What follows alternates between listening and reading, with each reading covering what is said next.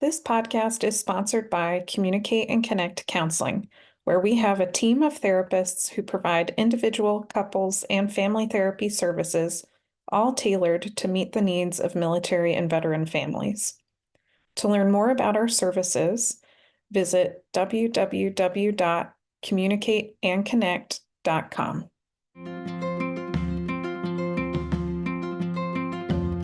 Welcome to the Communicate and Connect podcast for military relationships with your host, Elizabeth Polinsky, a military marriage counselor.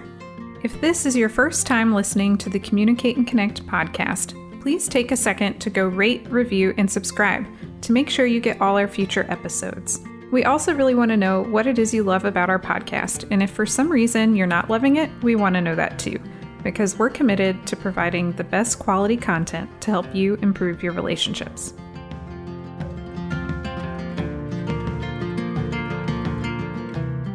This is episode 4, How to Reconnect with Your Partner.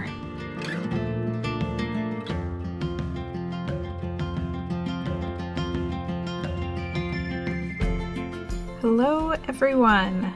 Welcome to today's episode, which is going to be all about connection and reconnection, which is really one of the main topics for this entire podcast, the Communicate and Connect podcast. As you might guess, connection is a main point. And I'm going to start off just by explaining some about what I see as a couples therapist in my sessions. And there is a very large difference between how things feel when I'm first starting out my therapy sessions with a couple compared to when they finish. And sometimes even just in a couple of sessions, in just a few sessions, the way that everybody feels in the room, and it's almost like the quality of the air changes. When they first start out, there's usually a lot of tension, and everyone can feel the tension. It's almost like, if you are familiar with that phrase, you could slice the tension in the air because it's so thick. That is often how it feels at the beginning of couples therapy, and everybody is kind of walking around on eggshells, trying not to rock the boat, and that's often where couples start off when they're first coming to couples therapy. And then over time, as they're able to reconnect again, the feeling in the room really changes. And there's now a feeling of warmth, sort of like a warm energy where everyone's very zoned in and tuned in to each other. And there's a sense of closeness there. And it can be a very magical experience. And it's magical for me to witness this feeling of connection and warmth between couples again. And it's one of the things that I really, really love about my job. It's so moving to help other couples feel close together again and to witness that moment where they're connecting and they're reconnected and they feel close to each other again. It's very, very beautiful. I figured we should probably start off talking about what is connection and why do we lose connection and how do we get it back. So the first thing is that connection is about feeling. So it's not so much about communicating, and it's not behavior. People don't do something specific to connect, although there are lots of behaviors that could lead to connection. So sharing about your day could lead to feeling connected. Having sex could lead to feeling connected. But connection is really about my emotional experience and my partner's emotional experience. It's our experience together, a felt experience that my partner understands me, gets me, respects me, that this is my safe place, it's my home. And so connection is the felt sense that my partner is there for me. And there are a couple of things that show there's a strong connection. Last episode, I talked briefly about the 5-to-1 ratio of positive to negative interactions. And so if you missed that episode on communication, you should definitely go back and listen to it. But just to recap that point, couples that are thriving and that they're doing really well, they have 5 positive interactions to every negative interaction between them. And we can really compare this to couples that the research says they're headed for divorce or separation. And for those couples, they have a ratio of 0.8 positive interactions to every 1 negative interaction, which is just a huge difference. Couples that are headed towards breakup, divorce, those couples are having way more negative interactions than they are positive. The couples that are thriving have 5 times as many positive interactions between them than they do negative ones. And so sometimes interactions can be, conversations or activities. There are lots of ways you can bolster your relationship by adding in more positivity to it. But that is a sign of closeness and connection, is when there's more positive vibes, positivity going on compared to the negativity. Part of how these positive and negative interactions come about has to do with if I feel close to you. If I feel close and connected, then I'm more likely to engage with you in a positive way. And your partner, if your partner is feeling close and connected, then they are likely to interact with you in a more positive way. And if you're feeling close and connected, you're more likely to interact in a positive way. So closeness and connection has a unique tie. It's very much tied to communication, in that I can communicate positively or I can communicate negatively. And it's very much tied to behaviors, in that I can interact with my partner, adding positivity into the relationship, or I could interact with them where I'm adding negativity and I'm detracting from the relationship. So these all go together. I want to say at the end of the day, but honestly, it's really at the beginning of the day. How does this all start? And it starts by something called an attachment bond. And so attachment bonds are like biological, evolutionary type of relationship that we create with another human being. What I mean by that is we all have a system called attachment. It's our attachment system that we bond or create a very close relationship or a close connection to the people that we rely on. Sometimes this is, especially when you're an infant, that's, relying on the people who feed you and clothe you and make sure that you have medical care and things. And is typically parents or your primary caregivers when you're a child. This bond in this close relationship develops as a way in childhood, as an infant, develops as a way for the infant to stay close to their caregiver and for their caregiver to stay close to the infant. So what it does is it maintains the closeness to each other, both physical closeness and emotional closeness, so that way the infant's needs can be met. So that is kind of how it all starts, is that it really starts in your childhood with your primary caregivers and you getting your needs met when you were a child.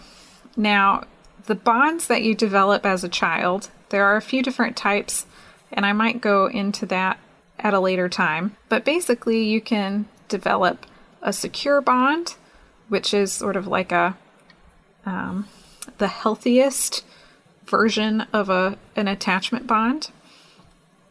Or you can develop something that's called an insecure attachment bond. And there are multiple types of insecure attachment bonds, and that can be covered in a different episode. But if I develop a secure bond in my childhood, the likelihood that I'll maintain secure bonds into my adult life with other people is higher. There are some people who have secure attachment bonds to their parents.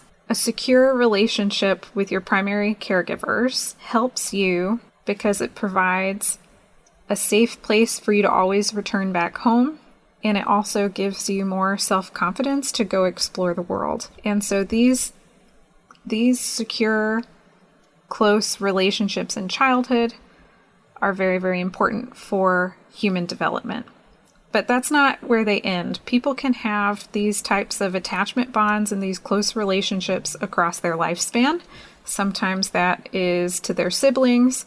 Sometimes that could be a cousin or a very close friend, a mentor, at some point in your life, a coach maybe if you were big into sports. And then in adult life, people often develop attachment bonds to their significant others and eventually if they get married, their spouse. And this is what we're really concerned about in the Communicate and Connect podcast. We could always talk about child and parent relationships and sibling relationships, and we might have some, fun episodes here and there about those things. But in the end, what I really want is to help you improve your romantic relationship and really have the relationships that you long for and feel close and connected and have a thriving relationship. So you can have a healthy, secure adult attachment bond to your significant other. And really, when you have this, it serves the same function as it did when you were a child to your caregiver or your parent, in that when someone has this close, connected relationship to their partner, they feel like they have a home to go back to. It's their person. If you've ever seen Grey's Anatomy, and Christina and Meredith, I would probably say had a secure attachment bond, in that was their person. They could go to that person for comfort when something happened in life. And that is huge. That's what you want in a romantic relationship, is you want your spouse to be your person, the person you can go to for comfort when shit hits the fan in life and when things are really challenging and hard. They really should be like your primary support system. So there's the comfort part of an attachment bond, but then there's also the self-confidence part of an attachment bond. So the more connected and safe I feel with my partner, the more confidence a person has to go explore the world. So having a safe home to go back to, having that person who is your big source of support, who's your cheerleader, who's got your back, that gives people so much more self-esteem and so much more self-confidence to go do various things. Sometimes that's to go back to school and start a new career. Maybe that would be starting a business or applying for a promotion or taking a manager job or a job, some sort of any type of job that they didn't think was going to be possible, and they're really pushing themselves. These types of things, this confidence and self-esteem to go conquer the world, really comes from feeling like I have a safe place to return back home to, and someone who's in my corner with me and supporting me. And so this is an ideal type of relationship for adults in a romantic relationship. So 60% of adults have a secure attachment style, which means that they can feel pretty confident in their relationships. However, each person has a different way of interacting. So you could, in a couple relationship, you could have one person who feels very secure and one person who feels very insecure. And sometimes this can cause problems. And then if you have two people who feel insecure, they could feel insecure in different ways, which is, topic for another time. But if you have both of them that are feeling insecure, then it makes it harder for them to connect. And so the ultimate goal is to try to build a sense of security and safety and comfort in a relationship. So, other fun facts about this are that having closeness and connection in your relationship improves your physical health, it improves your mental health, it improves your relationship with others, and it can actually improve or decrease your physical pain. It was really fascinating. They did a study where they took couples and they told one person, okay, we're basically gonna tase you and we're gonna shock you, and you can have your partner here with you while it happens, and we're just gonna record your pain level. So when the person didn't have their partner, they experienced more pain than when they did have their partner there. And when they had in couples where they had their partner there, but one partner, it was kind of insecure. They didn't feel safe and close and connected in the relationship. They experienced more pain. But in the couples where they had this sense of safety, closeness, connection in the relationship, they really felt like they could depend on each other for emotional support. When the partner got tased, they actually experienced less pain. This has just massive implications for physical health and mental health. People with insecure relationships tend to have more depression, more anxiety. They tend to have lower self-esteem, lower self-confidence, whereas people in really safe, close, connected relationships, they feel very close. They tend to have more self-esteem and more self-confidence and less mental health or physical health issues. It also helps people live longer, which I thought was really cool. People in these sorts of like healthy, connected relationships tend to live longer. So the ultimate goal is to have safe, close, emotionally safe and close connection where I can go to my partner for comfort. That's the goal. Now, there are often blocks to that happening. So the first block is really if you grew up in a family where it wasn't emotionally safe, you couldn't get comfort from your caregivers. You probably developed an insecure attachment style, which can make it hard to then trust a romantic partner to actually really be there for you. And so that could be sort of a block, is that based on your earlier childhood experiences, you may find it hard to trust your partner that they're going to be there for you. The next thing is that we all step on each other's toes. So even in really healthy, close, connected, thriving relationships, couples still step on each other's toes. They offend each other. They hurt each other's feelings. That is to be expected. It is going to happen in every relationship. What matters is if you can repair afterwards and reconnect afterwards. So some people, when they get hurt, they get protective, which is so natural. So if somebody actually stepped on my toes and they stomped on my foot, I would probably get very angry and I would blame them and be like, what the hell's wrong with you? Why did you do that? Why did you hurt me?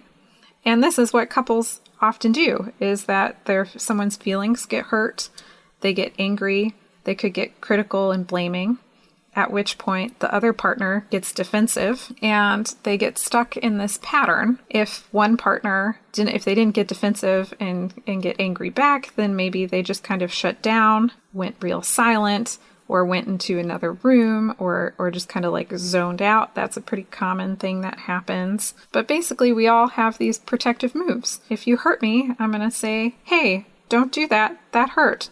But it can come out in getting critical or blaming. It could come out in trying to get my partner to do something specific. So like I use the example of stepping on my toes, but in the case of maybe I want my partner to do the dishes and they don't do the dishes, I could become more pushy and demanding, trying to get a partner to do the thing that I want them to do, such as dishes, because when they didn't do the dishes, that person's feelings were hurt. And so then they push and try to get the person to do the dishes even more. So some patterns are getting critical and blaming, getting pushy and demanding, getting defensive and kind of critical, and then shutting down, withdrawing, zoning out, going off into a distracted place. These are the really common ways that people get protective of their emotions when their feelings get hurt,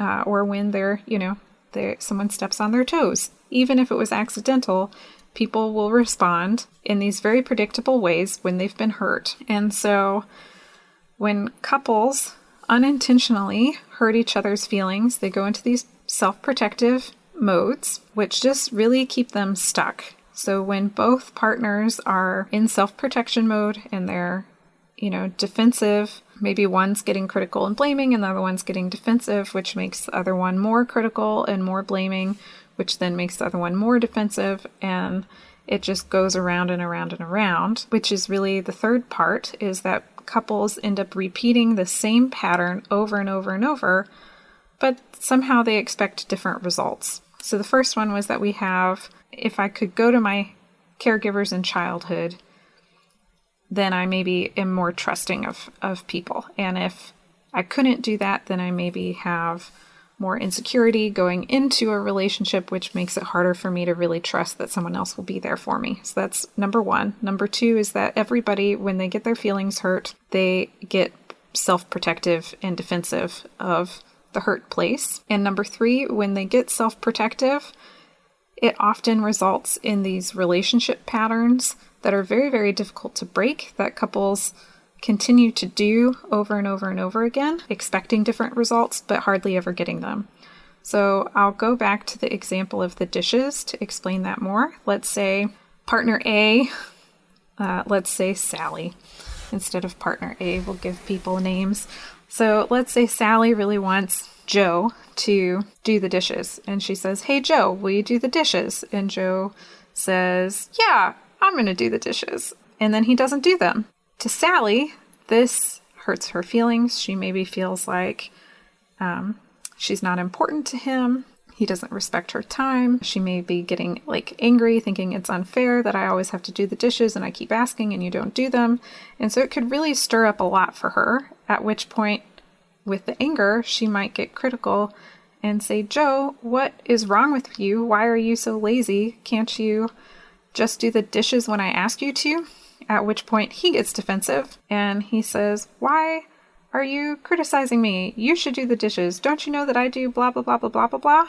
And we're off to the races. And this is the same pattern that happens over and over and over again. The thing is that Joe keeps thinking that if I keep defending myself, if I keep saying how Sally shouldn't be blaming me and how she should recognize that I do all of these things, he keeps getting defensive. But as he keeps getting defensive, the more she wants him to see her point of view. So he stays in defensive mode to get her to see his point of view, but it doesn't work because what she's really wanting is for him to see her point of view. And the same thing with Sally.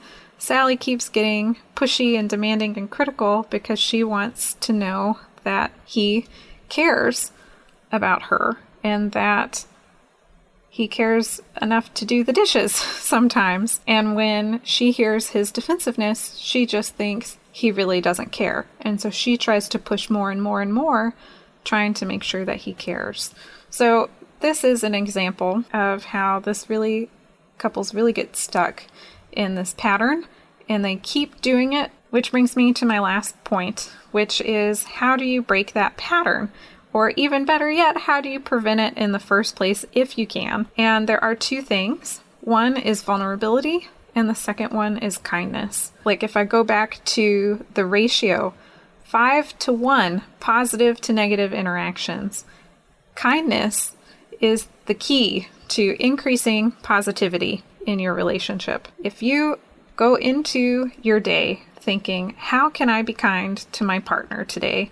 That is going to add a lot of bursts of positivity into your relationship because you're going to speak kinder, you're going to act in kinder ways, and you're going to be kinder when your partner gets critical or defensive or shuts down or they have, their own bad day or they're venting. If you've gone in and set your intention to say, I'm going to try to be kind, then you are able to have a kinder response to them than you would have normally. So kindness is huge. Vulnerability is huge. So I'm going to go back to that dishes example. So part of Sally and Joe's issue is that Sally isn't getting vulnerable, and neither is he either. Both of them are stuck in their anger and in their self-protection. But if Sally instead said, my feelings were hurt when I realized you still hadn't done the dishes because I was thinking that you don't care, you don't value my time, and my mind just keeps saying you expect me to be this housewife and you don't respect that I have she could explain what her mind is telling her in terms of everything that it means that happened. Let me rewind. The point is, What Sally really needs to do is to get vulnerable. She needs to be able to stand there and say, Joe, my feelings were hurt when you didn't do the dishes. I came down and I saw the dishes still there, and I thought, like, you just didn't care, and that you expect me to do it all on my own, and I can't do it all on my own, and I really need to know that you want to be in this relationship and you want to do this relationship with me also. That level of vulnerability will be better. I realize I'm using an example about the dishes. The argument about the dishes really does come down to, are you going to be my safe, comforting space? Can I rely on you? It really is the same thing, but it's maybe not the perfect example.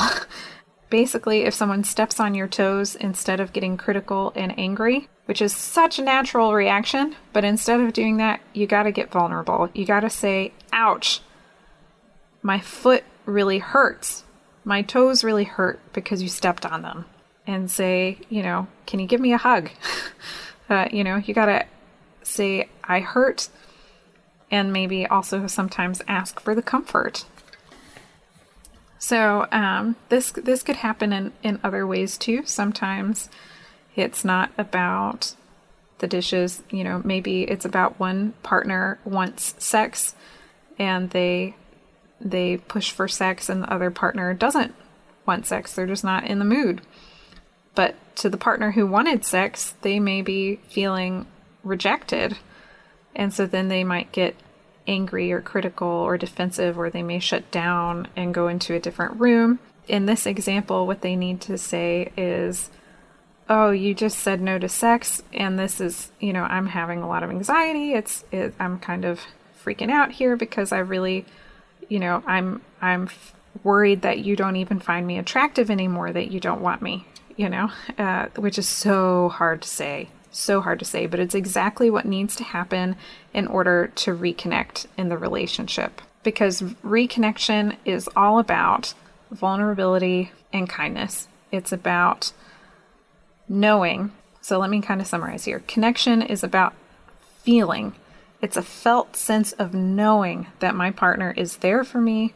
They care for me. They're reliable. They're going to have my back and be in my corner. How do people know that their partner is going to be in their corner? They know because when they're vulnerable, their partner is there to comfort them, and they're kind. And so this is really the key. So partner one, Sally, she's got to get vulnerable.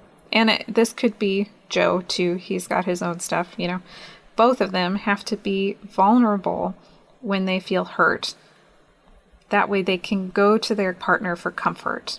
If they go into self-protective mode, their partner is never going to know that what they really need is comfort. Their partner's just going to get defensive or shut down. So you got to go vulnerable in order to get the comfort. And then when your partner gets vulnerable, you got to respond with kindness. So these are the two takeaways for you for this episode. Is that how do you reconnect with your partner? Number one, get vulnerable. Share when your feelings get hurt, but do it in a kind way instead of an angry way.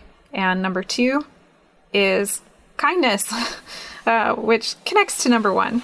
But you want to be kind as much as possible. Set your intention to go into your relationship with kindness and positivity. And so this is your challenge for this episode is to really try to increase the positive in your relationship. And so my challenge for you is to go do something nice for your partner, something that they're going to like. And you can comment on this, like this episode. You can put it on social media and tag me when you've done it. I really want to hear what is the nice thing that you did for your partner to add some positivity into your relationship.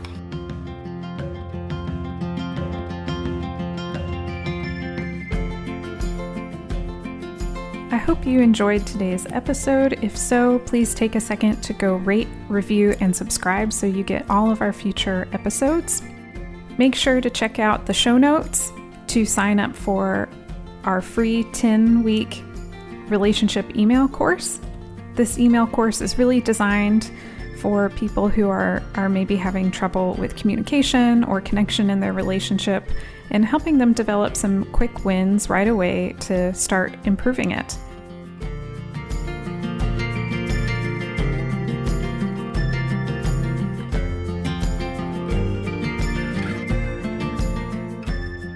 While I am a therapist, this podcast is for educational purposes only and is not considered therapy.